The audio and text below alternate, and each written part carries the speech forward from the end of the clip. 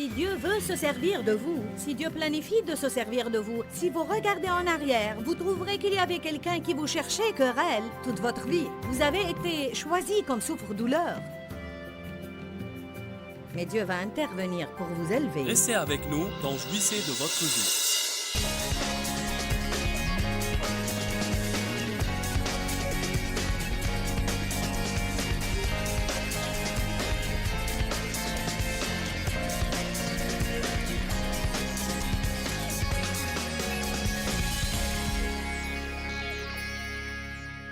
Quand on dit « soyez satisfait de vous-même », cela ne veut pas dire ne jamais vouloir changer.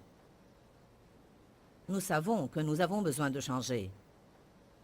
Mais rien ne dit qu'on ne peut pas être heureux entre un changement et un autre. 2 Corinthiens 3 dit que nous sommes transformés en l'image de Dieu en degrés variés de gloire. Degrés variés de gloire. J'aime ce verset. Allant de gloire en gloire en gloire. Quand on étudie la parole de Dieu, on se transforme en son image. De gloire en gloire en gloire. Mais vous devez vous réjouir dans la gloire où vous êtes maintenant. Ne regardez pas toujours à la gloire des autres, en souhaitant être à leur place. Combien d'entre vous savent qu'il y a toujours des personnes qui sont arrivées à une gloire plus élevée que la vôtre? Amen.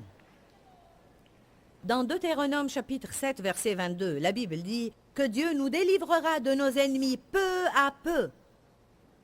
Personnellement, j'ai vraiment besoin de ces versets.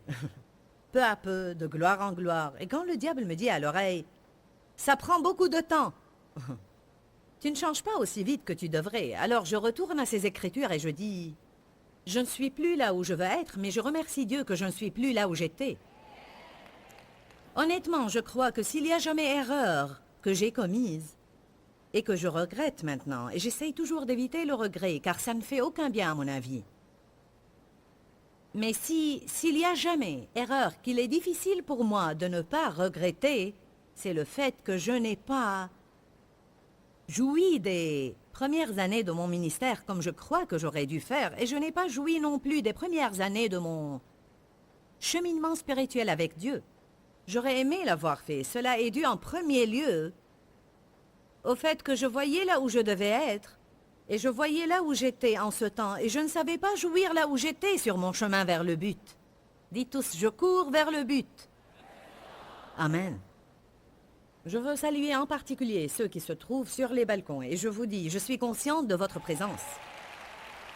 Sachez bien que je sais que vous êtes là-haut, et ça me bénit de savoir que vous êtes là-haut et que vous vous êtes assis là-bas, afin d'assister à la réunion. Bienvenue. Gloire à Dieu. J'ai voulu juste les privilégier pour qu'ils ne se sentent pas négligés. Amen. Le diable ne veut pas que vous accomplissiez votre destin.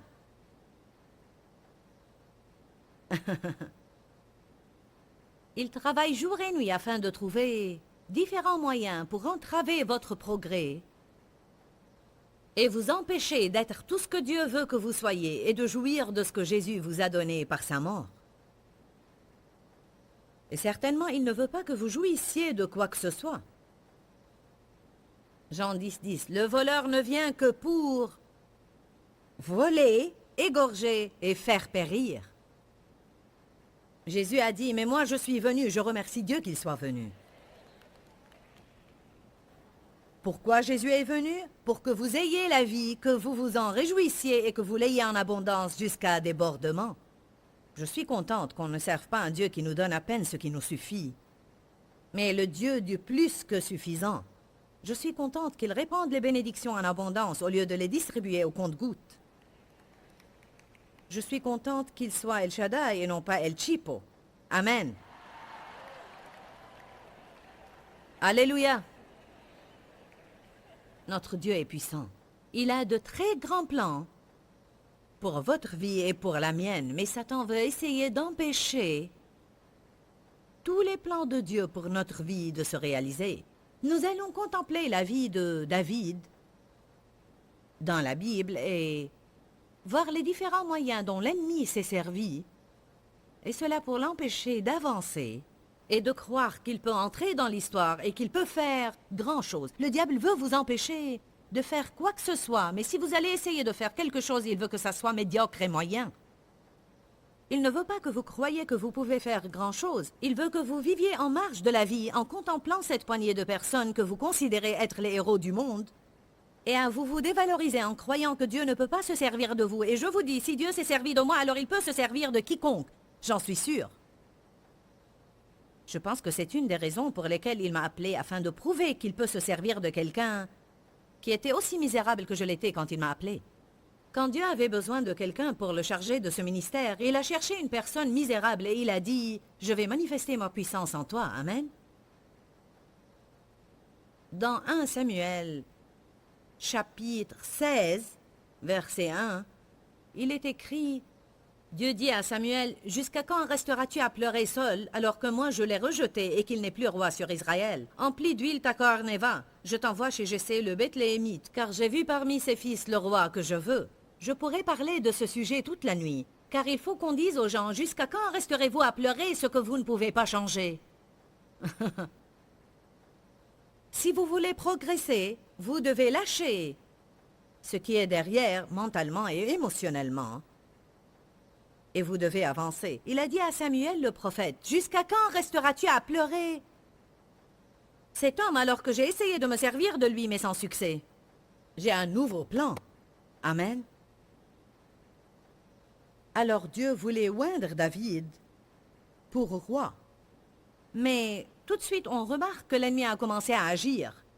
Car quand Samuel était allé pour oindre l'un des fils de Jessé, comme Dieu lui avait dit de faire, on a appelé tous les fils de Jessé, sauf David. Satan a intervenu tout de suite pour que David se sente mal à l'aise, car sa famille ne considérait même pas que Dieu pouvait se servir de lui.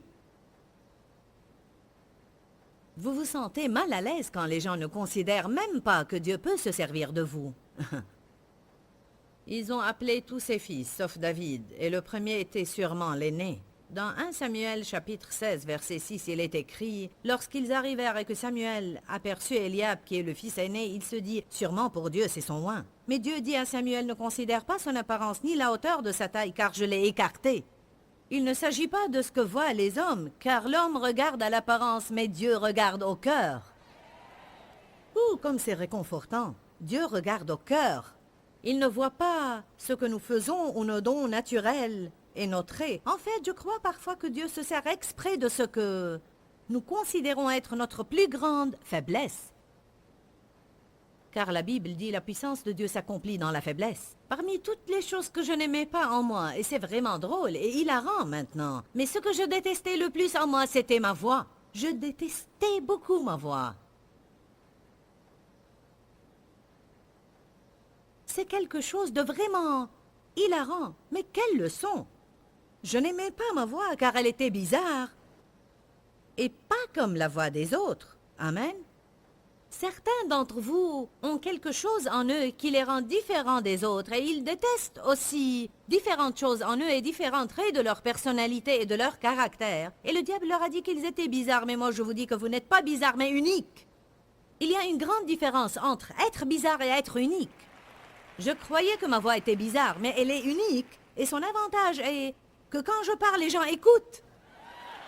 Et cela pour la seule raison que ma voix est unique.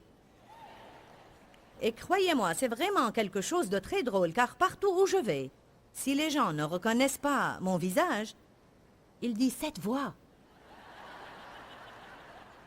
Je reconnaîtrai cette voix n'importe où. Je crois que souvent les téléspectateurs arrêtent de zapper pour la simple raison que ma voix est unique. Et quand quelque chose est unique, ça attire vraiment l'attention. Alors voici que Dieu se sert de ce que je considérais être le pire de mes défauts pour prêcher l'Évangile, littéralement dans le monde entier, chaque jour à travers la télévision. Le Seigneur est merveilleux. Amen. Il ne voit pas l'apparence de l'homme, mais il voit le cœur. N'oubliez pas que quand les autres vous prennent pour des vauriens, des bonariens, Dieu voit quelque chose que les autres ne voient pas. Alors ils ont appelé tous les fils. Et Dieu a dit, non, non, non, non, n'y a-t-il pas quelqu'un d'autre? Ils répondirent, si, il reste encore David. Juste David. Il est dehors en train de paître le bétail. Envoyez le chercher. Ils l'ont cherché, et il est écrit, et Samuel prit la corne d'huile et l'oignit au milieu de ses frères. Cela est très intéressant, car parfois Dieu vous oindra devant des personnes qui ne vous aiment pas du tout, ou même devant des personnes qui sont jalouses de vous. Et je vous dis, les frères de David étaient jaloux de lui, et je vais vous le prouver dans quelques minutes. Probablement car il était gentil, ou bien car il aimait Dieu. Bien, vous pouvez lire tout cela dans le chapitre 16, et maintenant au début du chapitre 17, dans 1 Samuel 17, Goliath apparaît. Il était en train de se moquer et lancer un défi aux Israélites, et nul d'entre eux n'avait l'audace de le combattre, etc., etc., etc. Alors les 3 frères aînés de David ont été envoyés à la guerre, mais David, au pâturage pour paître le troupeau. Son père l'envoyait parfois pour donner du fromage, du pain et quelques boissons à ses frères dans le campement, et il pouvait jeter un coup d'œil sur le champ de bataille. Il aimait faire cela, car il voulait voir ce géant vaincu. Alors, David est arrivé un jour avec du fromage, du pain et des boissons, et il a commencé à poser des questions à ceux qui se tenaient près de lui. Prenez 1 Samuel 17, 26. Il est écrit, David dit à ceux qui se tenaient près de lui, « Qu'est-ce qu'on fera à celui qui abattra ce Philistin et qui écartera la honte d'Israël? Qui est ce Philistin incirconcis pour qu'il ait lancé un défi aux troupes du Dieu vivant ?» Le peuple répondit, « Voilà ce qu'on fera pour l'homme qui l'abattra. » Lorsque son frère aîné Eliab l'entendit discuter avec les soldats, il se mit en colère contre lui et il lui dit, « Faites attention ici. Pourquoi es-tu descendu? À qui as-tu laissé ton petit troupeau dans le désert? » C'est étonnant comment, quand Satan essaie d'entraver notre progrès, il se sert de quelqu'un pour essayer de nous dévaloriser et nous faire sentir que quoi que nous fassions, nos efforts sont vains et dépréciés et n'ont aucune importance. À qui as-tu laissé non seulement ton troupeau, mais ton petit troupeau? À qui as-tu laissé ton petit troupeau que tu gardes? Toi, vaurien et bon à rien.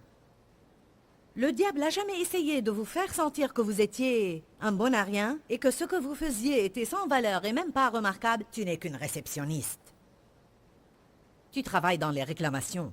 Tout ce que tu fais, c'est travailler à la garderie. S'il n'y avait pas de personnes qui faisaient cela, on n'aurait pas eu une telle réunion. Ce qui est important pour nous n'est pas nécessairement important pour Dieu. Ce qui est important pour Dieu, c'est que vous fassiez ce qu'il vous a demandé de faire et non pas ce que le monde considère être important. Puis il a accusé David. « Je connais ton insolence et la malice de ton cœur. C'est pour voir la bataille que tu es venu. » Verset 29 montre que David était habitué à être traité comme ça. Écoutez, David répondit, « Qu'est-ce que j'ai fait maintenant ?» Vous pouvez déduire du ton de cette phrase-là qu'il était habitué à être maltraité et critiqué. Il était habitué à être découragé, habitué à être accusé. Il était habitué à un tel traitement de la part de ses frères. Et écoutez bien, si Dieu veut se servir de vous, si Dieu planifie de se servir de vous, si vous regardez en arrière, vous trouverez qu'il y avait quelqu'un qui vous cherchait querelle toute votre vie. Vous avez été choisi comme souffre-douleur. Mais Dieu va intervenir pour vous élever, pour se servir de vous et vous donner une double bénédiction pour les souffrances du passé. Il y a encore mieux. Qu'est-ce que j'ai fait maintenant? Est-ce qu'on ne peut pas poser une question inoffensive? Le verset 30 est très important. Nous pouvons ce soir tirer environ 20 leçons différentes. Écoutez ce que David a fait. Il avait à choisir. David se détourna d'Eliab et s'adressa à un autre. Il posa la même question. Et le peuple lui répondit comme la première fois. Pourquoi est-il si important qu'il s'était détourné d'Eliab? Car en agissant ainsi, il s'est détourné de la lutte. Il s'est détourné de l'offense. Et il s'est détourné du face-à-face avec lui. Et c'était comme s'il disait, pas la peine de le confronter. Il allait tenir à ce qui lui importait. Alors il s'est tourné vers un autre pour lui poser la même question pour savoir ce qu'on fera à celui qui abattra Goliath, parce qu'en lui-même, il avait ce petit indice dans son cœur que ce petit berger serait celui qui allait tuer Goliath le géant. Nul de ces bavards ne pouvait le faire. Mais peut-être ce petit berger qui était en train de paître son petit troupeau et qui n'était même pas suffisamment important pour être appelé quand le prophète était venu oindre un nouveau roi. Peut-être ce petit garçon que tout le monde sous-estimait, Dieu avait l'œil sur lui. Allez maintenant, est-ce que vous vous sentez mieux ce soir? Il s'est détourné de ce que Satan préparait pour l'attaquer. Savez-vous que l'une des choses principales dont Satan se sert pour vous distraire de ce que Dieu veut faire dans votre vie sont les problèmes avec les autres? C'est tout un autre message. Achetez mes sermons sur la lutte. L'idée se répète. Je parle de ce sujet car je veux que vous voyez comment, quand Dieu vous met quelque chose à cœur, Satan met devant vous opposition après opposition, après opposition, après opposition, et cela pour vous décourager et vous faire céder. On entendit les paroles de David et on les rapporta en présence de Saul. Celui-ci le fit venir. David dit à Saul que personne ne perde courage à cause du Philistin. Ton serviteur ira se battre contre lui. Mais Saul dit à David, tu ne peux pas te battre avec ce Philistin. Car tu n'es qu'un enfant, et lui, il est un homme de guerre depuis sa jeunesse. Alors, David a dit, je la battrai, et qu'est-ce qu'il reçoit? Le découragement. Tu ne peux pas le faire. Mais David dit à Saul, quand ton serviteur faisait paître les brebis de son père et que survenait un lion ou un ours qui enlevait une bête du troupeau, je le frappais et j'arrachais celle-ci de sa gueule. Et s'il se dressait contre moi, je le saisissais par le menton et je le frappais à mort. Il a refusé de regarder le géant avant de revenir sur les victoires du passé.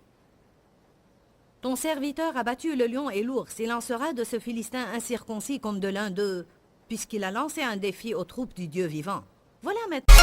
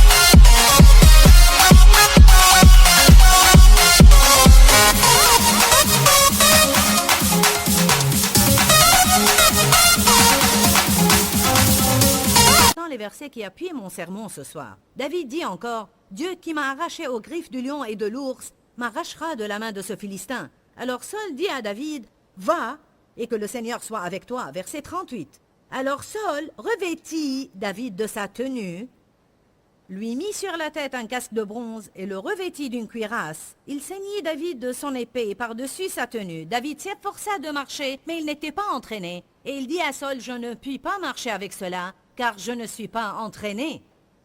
David s'en débarrassa. David prit son bâton en main, il se choisit dans le torrent 5 pierres, bien lisses, et les mit dans son sac de berger, sa giberne, et comme nous le savons, c'est avec ces pierres-là qu'il a pu tuer le géant. Bon, quelle est la morale de cette histoire, la leçon qu'on en tire? Saul a dit d'accord, si tu insistes à le combattre, au moins revêt mon armure et va combattre le géant comme je l'aurais combattu si j'avais le courage de le faire.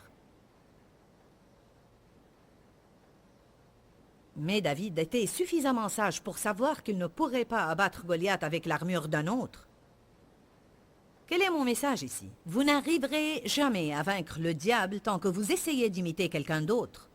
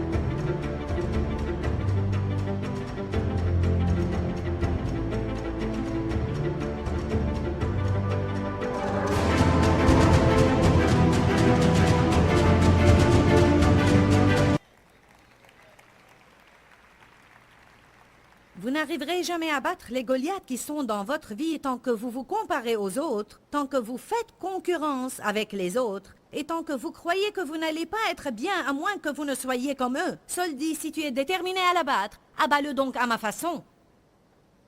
Il répondit, non, je vais simplement ramasser ces petites pierres lisses. Mais qui tuerait un géant avec 5 pierres lisses? Je vous dis que peu importe ce que vous faites, ce qui importe vraiment est ce que Dieu décide de oindre. Il faut que vous compreniez que quoi que vous ayez, si Dieu vous demande ce qu'il a déjà oint, vous n'aurez pas à faire ce que quelqu'un d'autre a fait, mais ce que Dieu vous a dit de faire. Et ce n'est pas ce que quelqu'un d'autre a fait qui va être convenable pour vous, mais ce que Dieu vous demande de faire. Louez le Seigneur.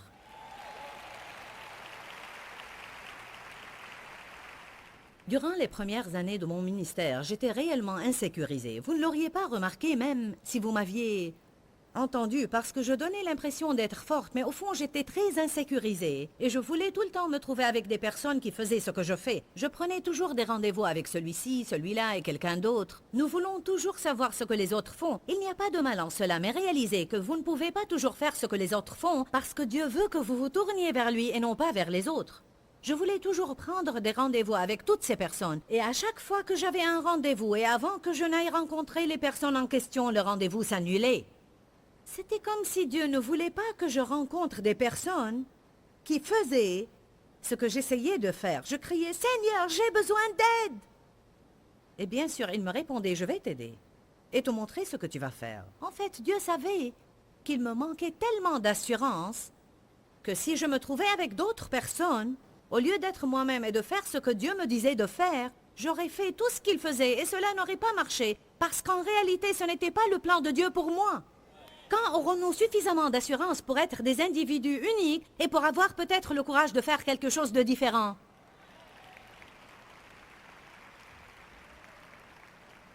Et un des commentaires que j'entendais régulièrement quand j'ai commencé à être à la télé, les gens disaient « D'où est-elle venue ?» Croyez-moi, j'étais quelque part. J'étais là où personne n'aurait voulu être, mais j'étais quelque part.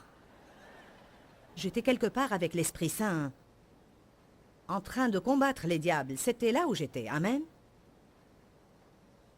Et je voulais toujours savoir ce que les autres faisaient pour que je le fasse. Mais quand j'ai commencé à passer à la télé, un des commentaires que j'entendais régulièrement était « Cela est vraiment nouveau.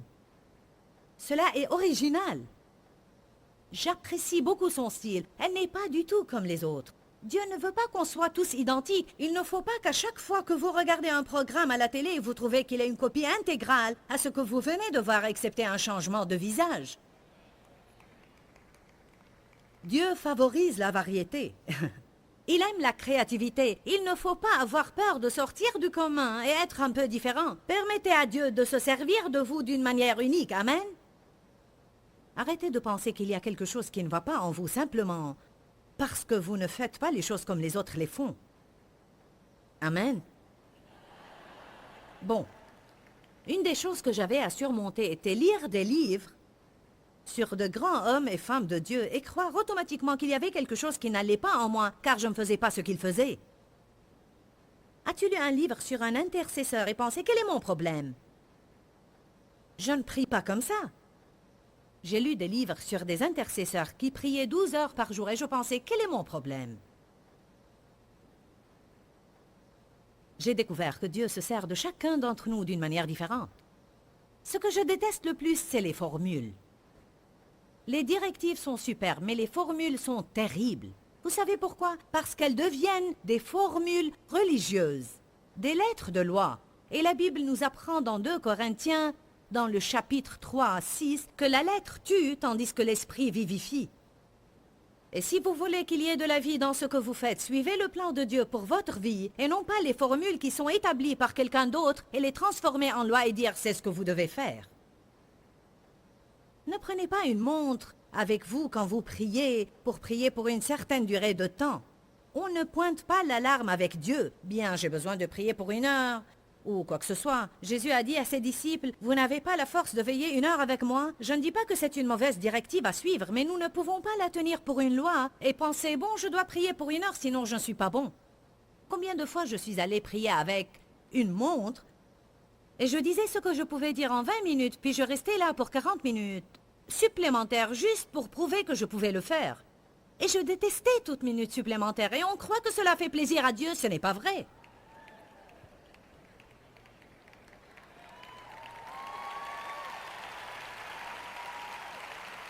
Il y a des fois où j'ai prié pendant 2 heures et c'était comme si 10 minutes ont passé. Nous ne pouvons pas tirer des formules de toutes choses et les transformer en des règles et lois. Vous savez ce que les gens font? Non seulement on regarde les autres en croyant qu'on doit faire tout ce qu'ils font, mais en tant qu'être humain, nous croyons que tout le monde a à faire ce que nous faisons et on leur donne ce fardeau. Vous êtes peut-être satisfait de votre vie de prière. Vous priez peut-être une quinzaine ou une trentaine de minutes, et cela est super pour vous. Dieu est loin. Alors la prière sera le moment le plus agréable dans votre vie, car c'est le moment qui vous unira avec Dieu dans une relation profonde. Ainsi, chaque matin, vous louerez Dieu, vous êtes en compagnie de Dieu. Puis vous allez manger avec la sœur chrétienne. Vous la connaissez? Vous commencez à lui raconter à quel point vous êtes enthousiaste de prier 15 minutes chaque matin et elle vous dit « Tu pries 15 minutes par jour seulement ?» et vous déprimez. Qu'est-ce qu'elle essaye de faire? Vous revêtir de sa tenue. Soyez assez courageux pour suivre l'exemple de David et dire « Je ne peux pas me revêtir de votre tenue ».